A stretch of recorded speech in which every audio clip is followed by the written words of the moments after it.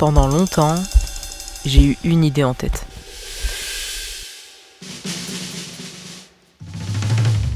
Que je repoussais, encore et encore.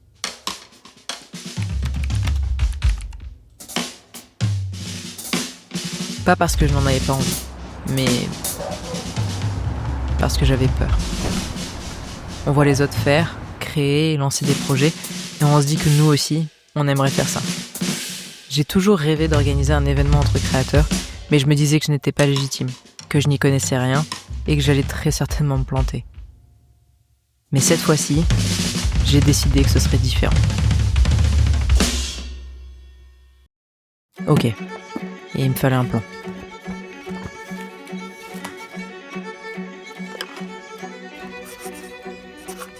Première étape, trouver les participants. J'ai passé des jours à chercher, à fouiller YouTube, à explorer Instagram, à noter tous les créateurs qui avaient une âme dans leur contenu. Je ne voulais pas juste des gens qui suivent les trends, je voulais des artistes d'internet. Des gens qui créaient parce qu'ils ne peuvent pas faire autrement. Alors, j'ai fait une liste. Mais une question me bloquait. Pourquoi voudrait-il venir à mon événement ? Je me suis assise.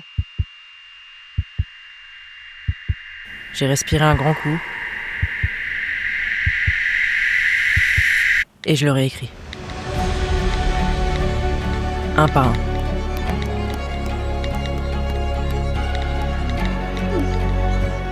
Certains ont dit non. D'autres ont hésité. Et puis, quelques réponses positives sont arrivées. Et au bout d'une semaine, le club avait ses premiers membres. Laisse-moi te les présenter. Naïcha, créatrice malgache des effets visuels puissants. Alexis, un filmmaker et un très bon monteur. Gwendal, photographe passionné, un contenu poétique, touchant. Nanek, une plume unique qu'il met en images et en musique. Chloé, de belles images et une authenticité certaine. Gwenaël, elle a un média autour de la création et fait des trucs plutôt cool. Tom, une belle écriture et aussi très fort en musique. Idriss, contenu inspirant et motivant. Guillaume, fait des courts-métrages et des vlogs inspirants. Chloé, artiste complète aux multiples passions. Florentin, vidéaste, photographe, mais aussi grand voyageur. Et moi, Shot by Maël, qui documente sa vie avec des visuels cinématographiques. 12 créateurs, 12 visions et un point commun, l'amour de la création. Deuxième étape, le lieu. Peut-être la plus importante. Parce que je savais que tout se jouerait là. L'ambiance, l'énergie, la créativité, je voulais un lieu atypique, reculé, inspirant. Alors j'ai cherché. Des jours, des heures, des sites, des annonces, rien. Rien qui ne me donnait envie. Rien d'accessible non plus. J'étais épuisé et découragé. Et puis un soir, par hasard, je tombe sur la story d'un ami en Auvergne. Un écolieu, entouré de montagnes, perdu au milieu de la nature. J'ai ressenti cette sensation qu'on a quand on sait qu'on tient quelque chose de spécial. C'était le lieu qu'il nous fallait. Dernier challenge, trouver un ou des sponsors. Et là, la peur est revenue. Comment vendre un événement qui n'existe pas ? Je n'avais jamais fait ça. Je ne savais même pas par où commencer. Mais au final, je n'avais rien à perdre et tout à gagner. Alors j'ai commencé. J'ai cherché les marques à contacter, j'ai préparé un modèle de mail et j'ai cliqué sur envoyer. Un mail, puis un autre, puis une centaine d'autres.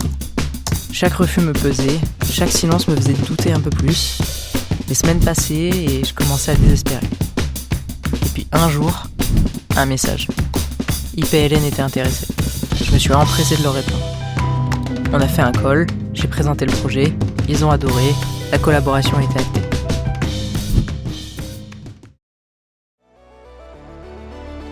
Quand je repense à tout ça, je me rends compte que cette expérience m'a appris une chose. Tu n'as pas besoin d'être prêt. En réalité, on ne l'est jamais vraiment. Tu dois juste te lancer, et les réponses viendront en chemin. Et si j'avais laissé la peur gagner, je serais passé à côté de tout ça.